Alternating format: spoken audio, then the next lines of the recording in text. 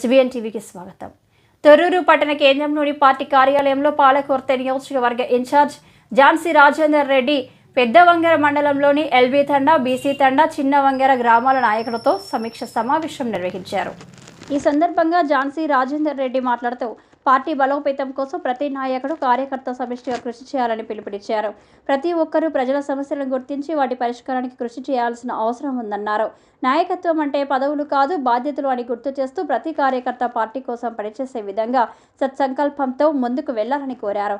Party సిద్ధాంతాలను ప్రజల్లోకి తీసుకువెళ్లి అందరి సమస్యలను పార్టీ స్థాయి నుంచి ప్రభుత్వ స్థాయికి తీసుకువెళ్లి పరిష్కరించేందుకు కృషి చేయాలని సూచించారు.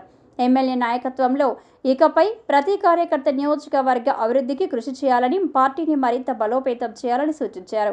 ప్రజలతో నిత్యం సన్నిహితంగా ఉంటూ వారి సమస్యలు తెలుసుకొని వాటి పరిష్కారానికి కృషి చేయడం ద్వారా పార్టీపై నమ్మకాన్ని పెంచాలని అన్నారు. ప్రతి నాయకుడు పార్టీ బలోపేతం కోసం సమిష్టిగా కృషి చేస్తే మాత్రమే విజయాలు సాధ్యమవుతాయని స్పష్టం చేశారు. ఈ కార్యక్రమంలో మండల అధ్యక్షులు, ముఖ్య నాయకులు, సీనియర్ నాయకులు, యువ నాయకులు, వివిధ గ్రామ పార్టీ అధ్యక్షులు, కార్యకర్తలు తదితరులు పాల్గొన్నారు.